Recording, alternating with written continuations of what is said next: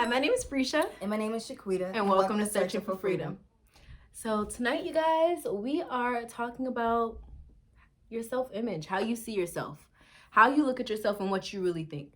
And we've talked about this a lot with your internal, but we also want to talk about the external too, how you see, because I don't know about you guys, but it's been a long journey for us with learning to love how we look and how we feel about ourselves and our image.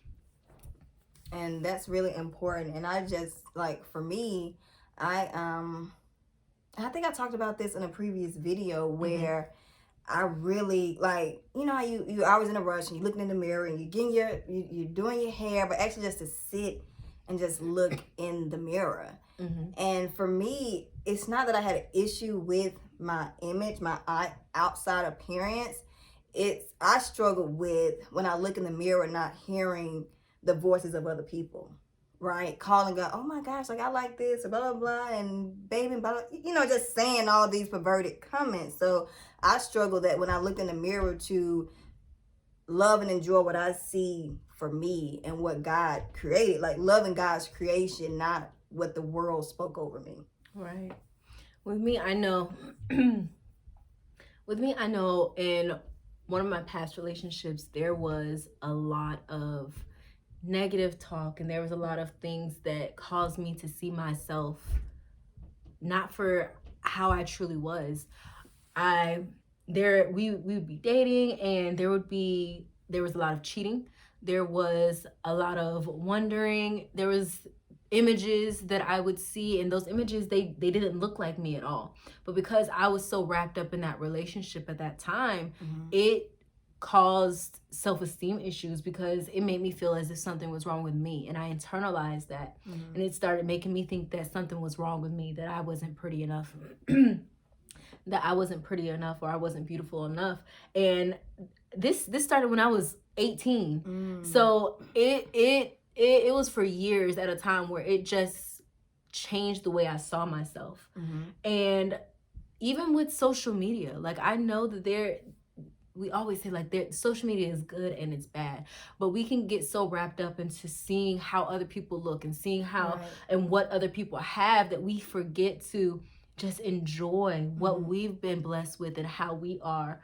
So it took years for me to come out of that and truly just see me for who I am and not be concerned about anyone else's beauty, but to genuinely just love how I look in the mirror, love who I am just in general without having someone else to have to tell me that. That's good. That's real good. It's real good. No, seriously, no, that's really good because I know a lot of women, and I feel like we hide it. It's not like we tell people because you could see the prettiest girl and she won't even know it. Yeah, absolutely. Like she won't even know it. And that's so crazy to me. Like the fact that we see such beautiful women that think that they are so ugly, and it's just like, girl, you have no idea. Like, and to those girls, like it genuinely hurts my heart, like how broken sometimes we feel inside, that it's just like you don't even see how beautiful you are.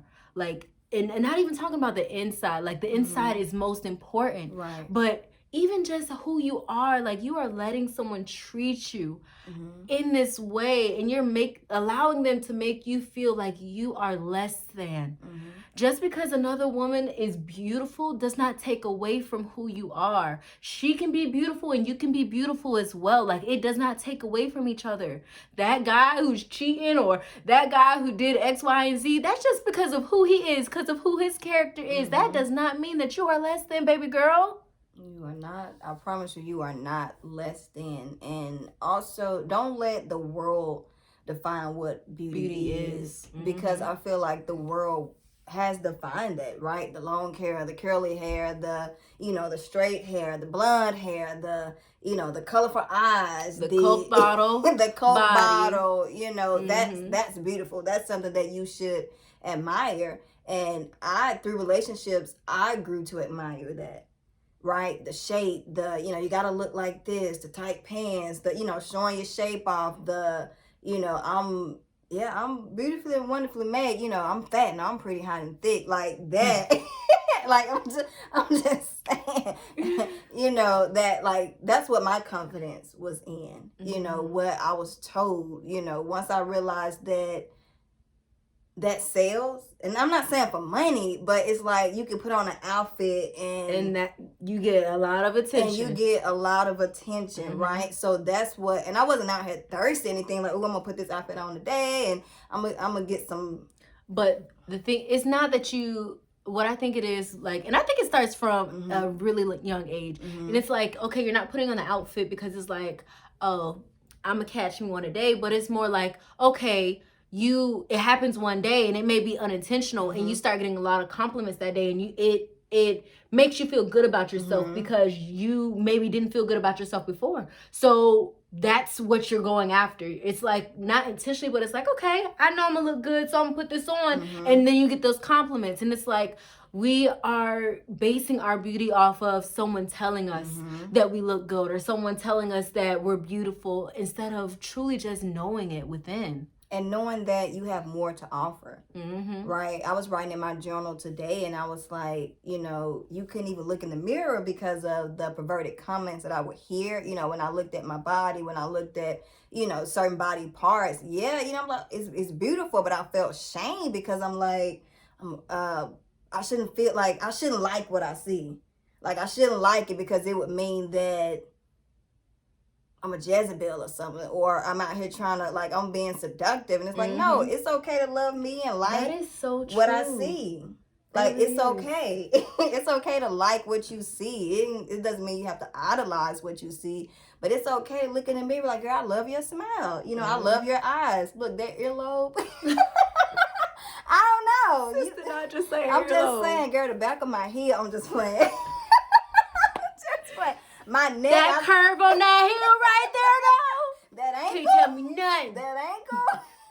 My stomach, my arms, my eyes. But that is really true, because I feel like it's even extreme within too, because it's like, okay, either you are, before you start walking in Christ, it's like, okay, I love who I am. I love my body. And you may show it off in ways, but then you're condemned for it by the world. And then it's like, okay, so now I'm walking with Christ, and it's like, all right, let me cover up. Let me make sure nothing's showing. I ain't even gonna look at this. Like, we're gonna worry about that after I'm married. And it's just like, there has to be a balance where you are still enjoying who you are. Like, you're not out here trying to trap people just because of who you are in your body, but you're just loving who you are. Like, it's okay for you to love the way that you look before you're married. I mean, tiger stripes and all. I have a son. I'm a single mom. So, I mean, look, I carried a child.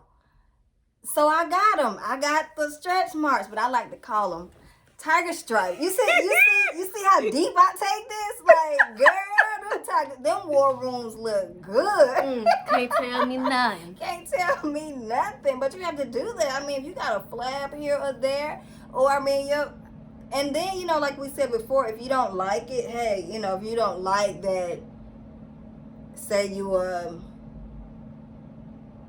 big person, right? And not just speaking on size, but say you don't like, get healthy, right?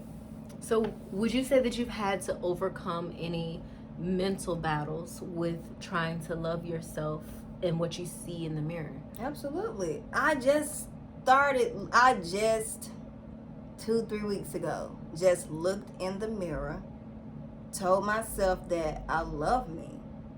Not because a person told me what I was looking at was beautiful, or not because a person told me that this is what the world like. But what caused you to not love yourself in the first place?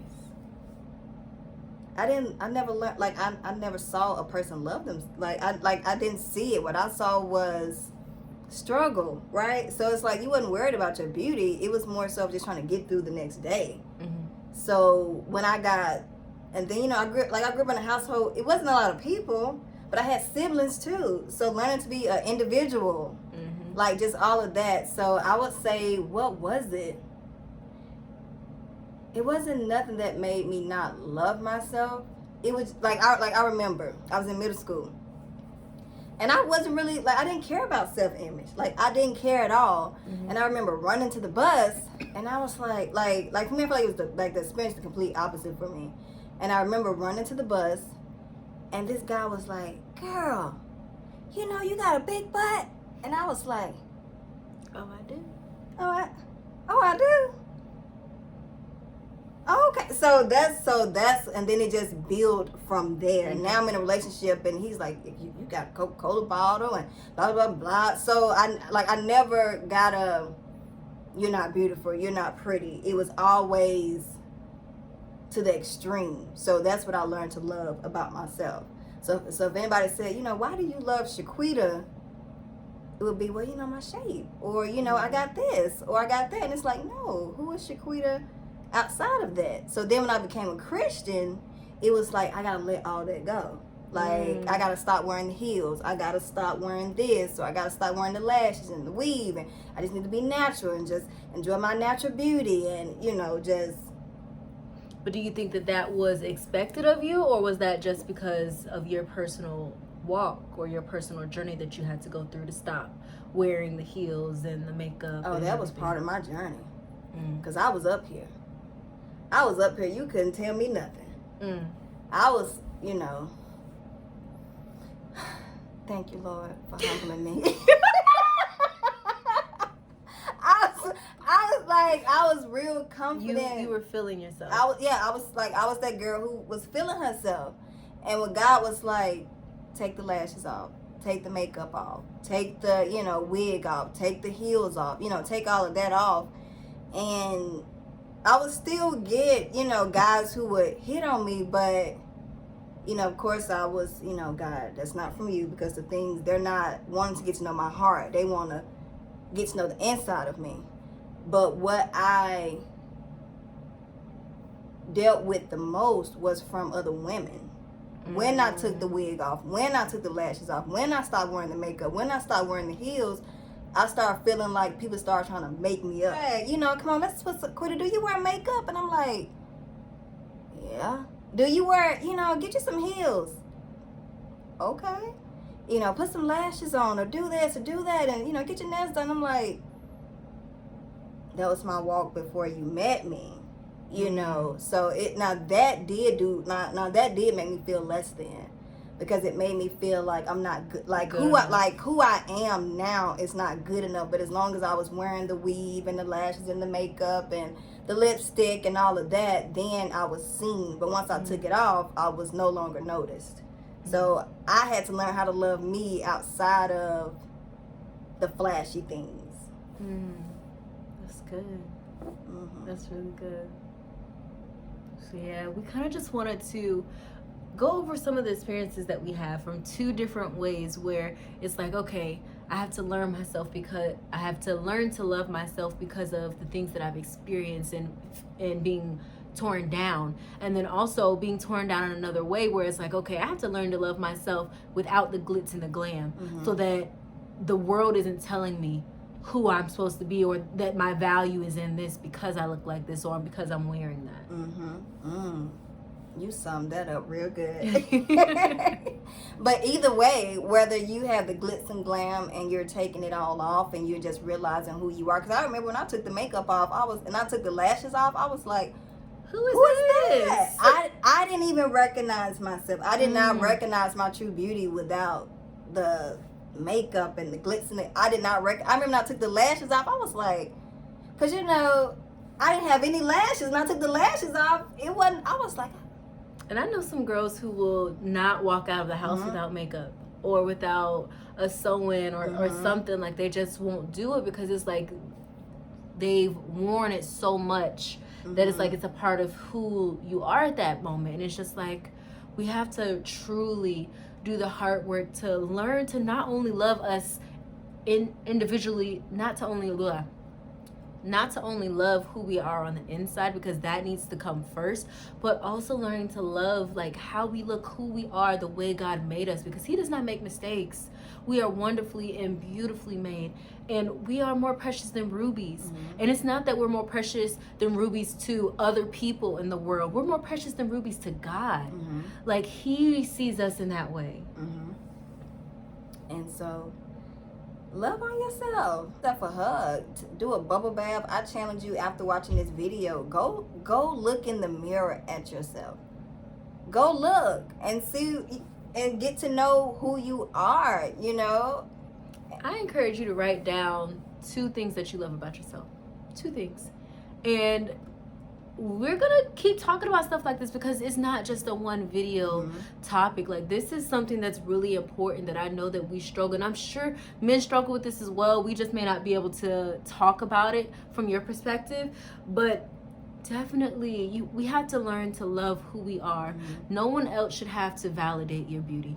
No one. Like, I'm sorry, like, the me today, like, you can't outlove me. Right. Loving myself. Like, it's not about trying to be selfish or ego thing. It's just, once you know who you are in Christ, once he shows you that love, like, I'm sorry, you can't tell me nothing else.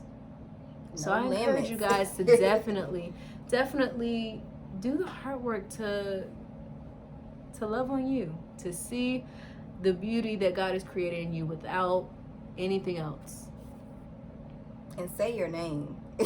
I wouldn't even say your name, you know, Shaquita. Like, I love you, Shaquita. You are beautiful. And sit and listen to what the person in the mirror speaks back at you. It's good. Yeah. Thank you guys for spending another Searching for Freedom Friday with us. See you next week. See you next week.